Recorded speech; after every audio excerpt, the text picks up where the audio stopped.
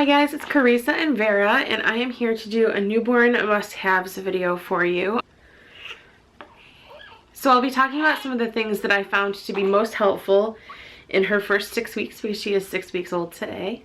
The first two things I'm going to mention I actually didn't have, and I wish I had them prior to coming home from the hospital. The first is a breast pump, which sounds really silly. Why didn't I have one?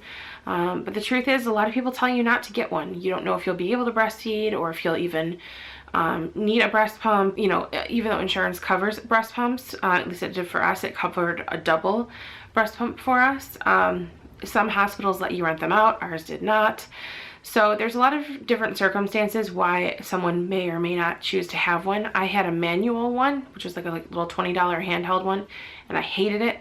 And Mike had to make arrangements through our insurance company and get the proper paperwork and go to a special place, which was kind of a ways away and a little bit of a pain, especially in the early days of having a newborn in the house. We wanted to just be home with her, so just get one. If your insurance company covers it, do that before the baby comes. And if you don't end up using it, then at least you had it, I guess. That's my advice to you. And the second thing is white baby socks. Like, printed socks are super cute and so much fun, but the truth is most people get you printed and different colored outfits. So it's really hard to match up socks with outfits when they both have different patterns and animals on them and different things going on. And I found myself just wishing I could just put a pair of plain white socks on her, which I did buy her some plain white socks, but I didn't realize until we started doing laundry before she came home that they were for like 6 months and older, and they're pretty big. So she came home and she was under 7 pounds when she was born and way too small for all of her newborn clothes. And this isn't on the list, but I really wish I had bought more newborn clothes, because I would have had more of a variety, and everyone says not to because they grow out of them so fast. But when she came home, she was too little for most of it, and she is still in newborn sizes now. Not 0 to 3 months, newborn. If something is 0 to 3 months, it is too big for her still. So, so sometimes I feel like I'm putting the same outfits on her over and over again. And I know eventually she will grow out of them, but that's just a little, from my experience, that's just a little something that happened here. Next is the Docket, which I will make a separate video on. So if you have questions about it, please leave them below and I will address them in a future video. But it has been so helpful because it's something that's like a dedicated sleep station. I can just plop down, pick up easily, and carry from room to room, up and down the stairs, and lay her in it. And she's really content in it for quite a while, versus other things. I know she doesn't feel like being in them, but the Docket she pretty much always will lay in. This is something I definitely don't think has been on many, if any, newborn must-have lists, but for me, it's something I had before the baby came, and I was so grateful for it when she was here. And that's because I'm super clumsy and awful, and I have one of these eye rings on my phone. There's all different versions of these, but basically it's just a super sticky panel that has this adjustable ring on the back. You can use it as a stand when you are, viewing videos on your phone, for example. But the main thing I use it for is to prevent myself from dropping my phone. And if I'm going from room to room and I'm picking the baby up, I can just loop this on one of my fingers and pick her up and carry her out of the room and have my phone on me, which I use to check my timing for my breastfeeding, distract myself if I'm starting to fall asleep while I'm breastfeeding her, just little things like that. It is nice to have my phone on me. But the main reason why I'm so grateful for this ring is when I'm taking photos and video of her, I am so terrified that I'm going to drop my phone on her. And I know it sounds like, how could you possibly, wouldn't you be paying attention? But I'm bad enough. I've dropped my phone on my own face while I'm laying in bed. I'm so scared that I dropped something. And this is a pretty heavy, substantial thing to drop on a newborn's face. So I'm really glad that I've had that, because I can just slip my finger through it and it's got something to anchor it while I'm taking a picture of her or a video. And then I just feel a little more secure about it while I'm holding it. I'm super clumsy, major butterfingers, but even more so since I got pregnant and had a baby. So, being sleep deprived and all that, all of those things are factors, and it's definitely a reason why it is a good thing to have this ring on my phone. The next thing is a wipe warmer. I have two. I have one on my upper level. Thank you to Jeannie. That was a gift from her. And one on my lower level. I use them for disposable wipes currently. I have used them for cloth wipes as well. We're not quite into a system for cloth wipes or cloth diapers just yet because she's so tiny for cloth diapers. It'll be a while, and we only have 2 newborn cloth diapers. We're not quite there yet, but she hates cold wipes. And having a wipe warmer, it doesn't even warm them that much, but it's just enough to make her less likely to cry hysterically when she gets wiped. She'll just fuss a little bit or kick her legs a little bit, which is a big difference. So, you know, it's winter. She's already cold when I take her clothes off to change her diaper, and it makes her fussy. And then slapping a really cold wipe on her on top of that, it just makes her so sad. So my mom was like, yeah, we used to have to warm them up in our hands before we used them. Ain't nobody got time for that, especially when you're tired in the middle of the night. So I'm really grateful for those. I know a ton of people will tell you you don't need them. We needed them. Next is the Nail Frida. Oh my gosh, this thing, the praises people sing about it are absolutely 100% true. You will need a nail trimmer, obviously, and I've heard so many horror stories about people who clip their baby's nails too short or clip their skin by accident, and it would just break my heart. So far I've been lucky. I know that that day will come, but until then, I'm really glad I have the Nail Frida because it acts like a pair of scissors almost, and it makes clipping the nails and seeing what you're doing so much easier.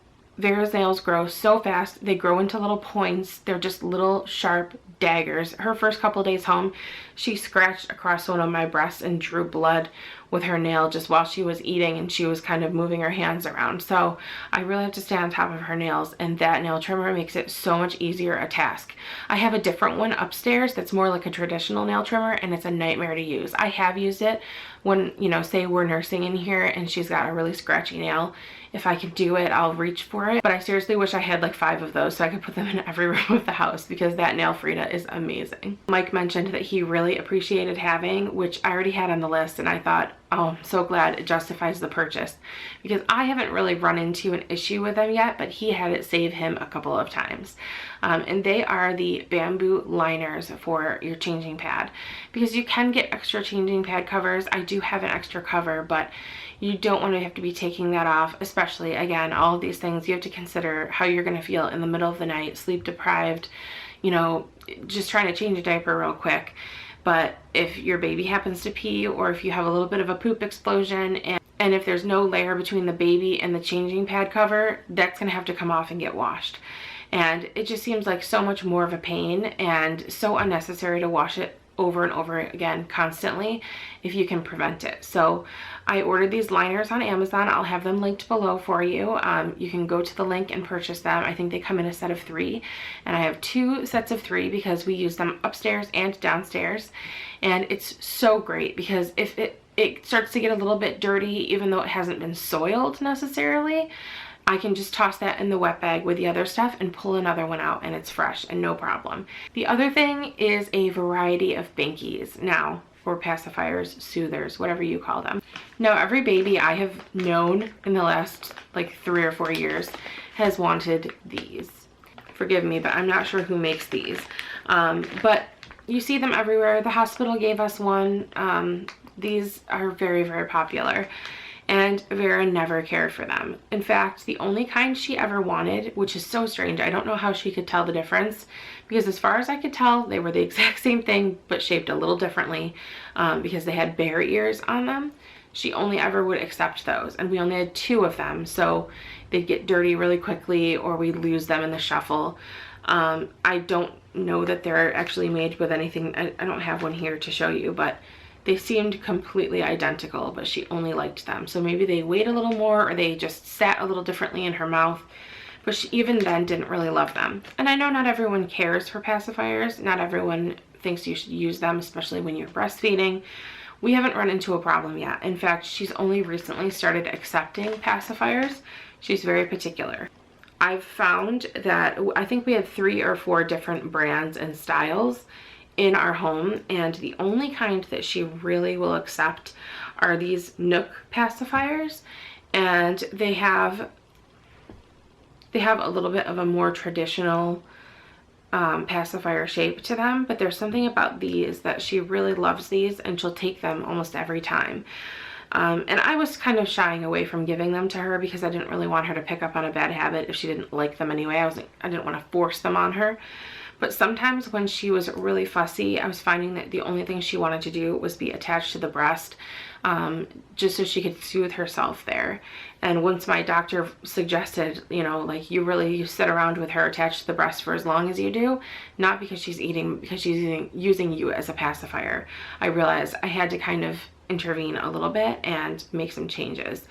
I'll still let her do that every now and then, but I also don't want her to form that habit either. So we're working on it. And I do find that some of the times during the day when she's fussiest, if I give her one of these, and I know that that's the point, but before I wouldn't give her one of these, I'd try to walk her around, and I'd try so many different things to try and occupy her and make her comfortable. And it turns out this is really all she wanted. So I'm glad I had a variety, because there are some she really doesn't care for, and she has a slight tongue tie, so I think these are just more comfortable in her mouth. And if I only had the one style, she'd be miserable because she'd never want to take them. So it's good to have a few different kinds to try, and then you can buy more of them once you know what your baby likes. And lastly is the Rock and Play Sleeper. I have heard so many people say that they're the best thing. I've purchased them for many moms-to-be, and it's where Vera gets through her longest stretches of sleep. She'll sleep up to 3 or 4 hours, and at night I have it pulled up next to my side of the bed like a little sidecar, and she must have some kind of slight silent reflux at night because she hates laying flat.